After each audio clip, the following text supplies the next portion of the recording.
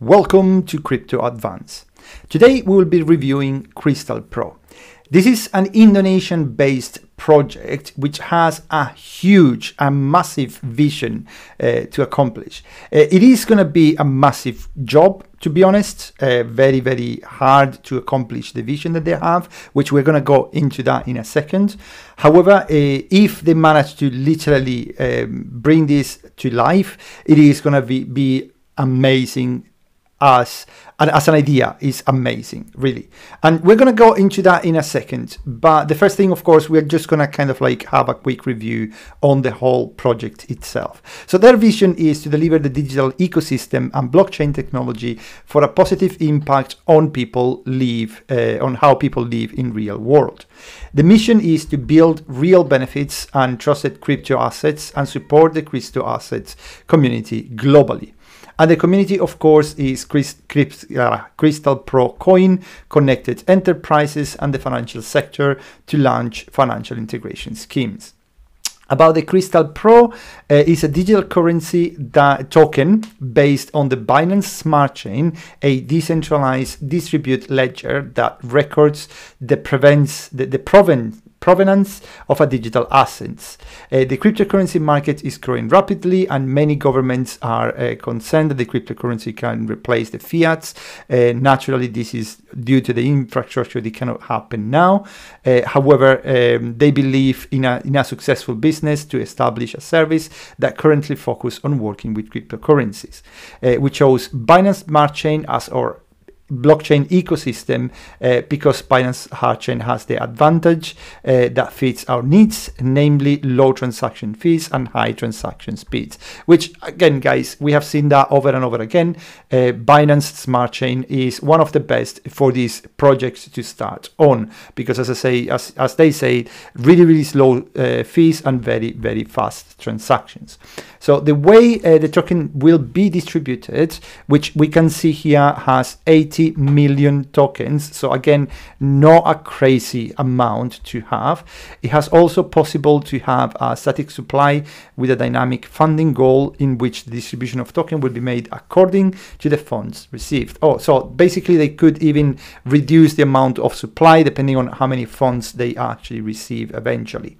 So the marketplace will receive 67.5%, marketing 12.5%, development 7.5%, manufacture 7.5%, and team and volunteer 5%.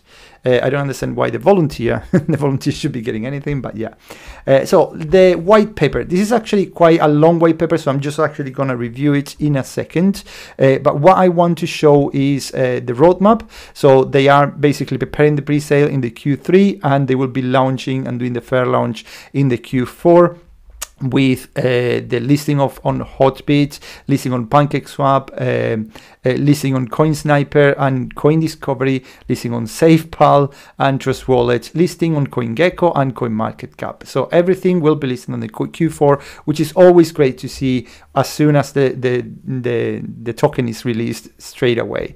Then we will have on the Q1 on 2022 the first implementation on real F&B sector, Crystal Pro smart contracts, the audit, marketing and viral parts, Crystal Pro CRP utility with partnership preparation, and Crystal Pro CRP utility asset swap implementation on F&B partner.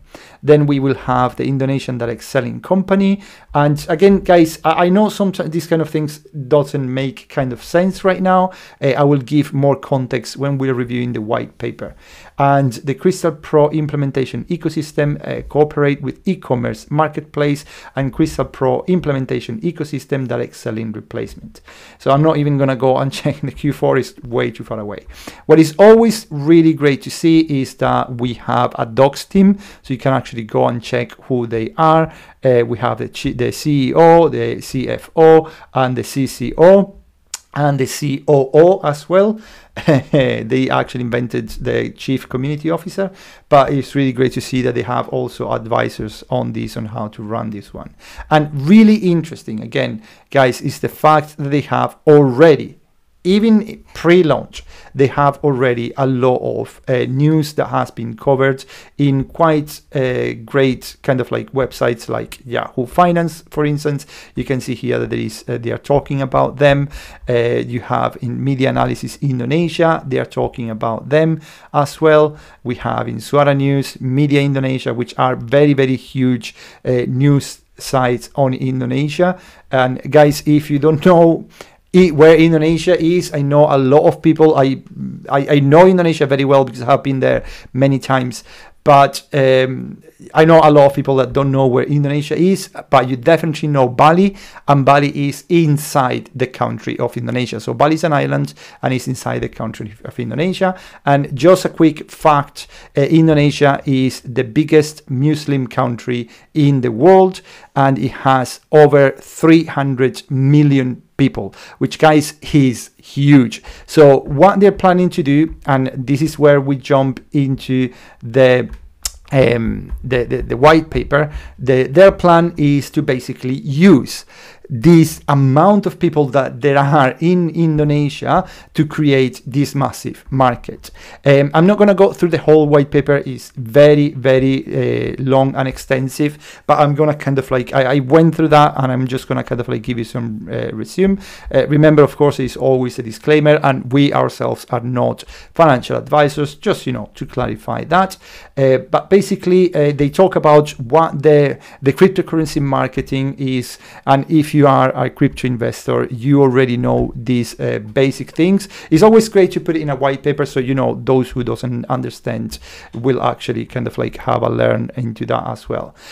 So basically, this is the most important part. So what we're using here, what we're seeing here, which is completely the truth, if I have to be honest, because as I say, actually being in Indonesia, out of the 100% of all the commerces that are in Indonesia, in 2021, guys, which is crazy, I can get anything I want from Amazon, but only 15% of the commerces in Indonesia are using e-commerce, only 15%. So we can see that in such a huge country is massive. The country is massive itself, and it has a lot of people, and only see that only 15% of the commerces, not of the people, but of the commerces are based on the digital world. Then it has a huge market open for it to be conquered, and that's what I like about this idea. Of course, you need a lot of experience, you need a lot of work, most importantly, for this idea to succeed, but the idea per se is really, really great. Another thing is that because there was a financial crisis earlier on, like a few years back, we can see that the Indonesian country basically it has been quite kind of like repressive to invest into small and medium businesses. So they only kind of like grant fundings to huge businesses, of course. So what they're trying to do is they're trying to tackle that, to give more small and micro enterprises, to give more kind of like step up, the ability to step up. Because right now, for a small business to be set up, it has to bring its own money, which of course doesn't allow people to kind of like many businesses to go on. So what's the overview? As we said, they are trying basically to create their own blockchain. So that's kind of like what they're going to do. And what they're going to do is basically say the same that happened with BNB or the Binance Smart Chain. The Binance Smart Chain, the Binance blockchain started as an ERC20 token. If you don't know what is that, is basically is a project or a smart contract that runs in the Ethereum network. And because it started, it basically couldn't have smart contracts on its own. However, then Binance migrated to its own blockchain, which is what we know now as Binance itself, created the exchange and so on, so on, so forth. And now the Binance network can automatically or itself can run smart contracts, which is why we can see this project running on the smart contracts. And they are trying to build something similar.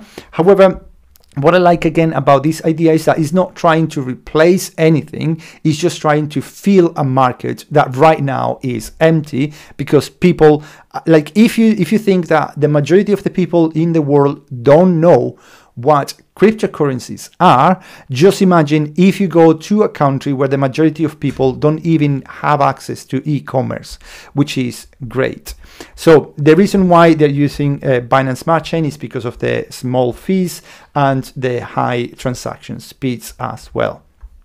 Now, let's just jump into, as I say, the mission and vision is to basically, they are trying to deliver the digital ecosystem for a positive impact on people living in the real world, and they want to build a trusted crypto assets that has tangible benefits and the support of growth of the crypto assets community. We discussed already about the distribution of the tokens, and the sale, the pre-sale is they have a minimum of 360 BUSD and a maximum of 50,000 BUSD on the first pre-sale event, and the price will be 0.06 cents 25 per CRP.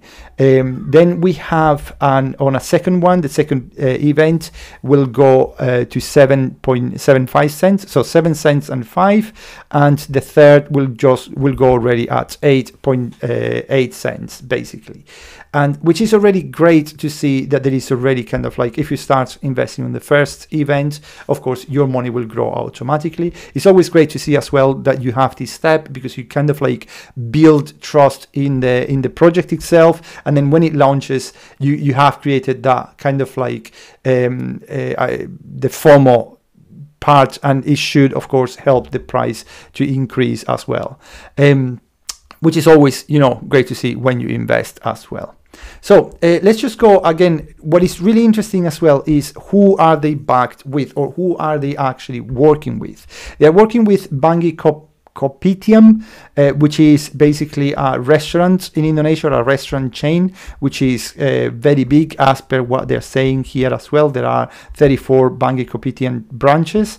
Indonesian Direct Selling Companies Association, Dropshipper Marketplace, e-commerce, Wisla Shop, a manufacturer, hybrid marketplace, crowdfunding for NFT and for startups, and crowdfunding for NFT and MSME, which are the small and medium businesses as well. So again, we have a huge idea backed by a lot of companies already, which are there. They should start accepting this CPR as a CRP, sorry, as a token for their payments as well. So that will be huge to see if that happens very soon as well in the Indonesia marketplace, because remember, as soon as people start using it in the day-to-day life, it will just spread like wildfire. So again, the idea behind this is really good. The implementation is going to be huge.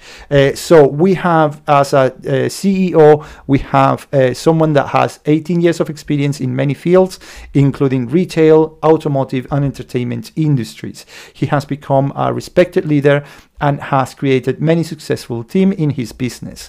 We have as a CFO, a business owner with 20 years of experience in trade and service environment, specializing in automotive. And we also have the Chief Community Officer, which is since 2010. She has specialized in real estate.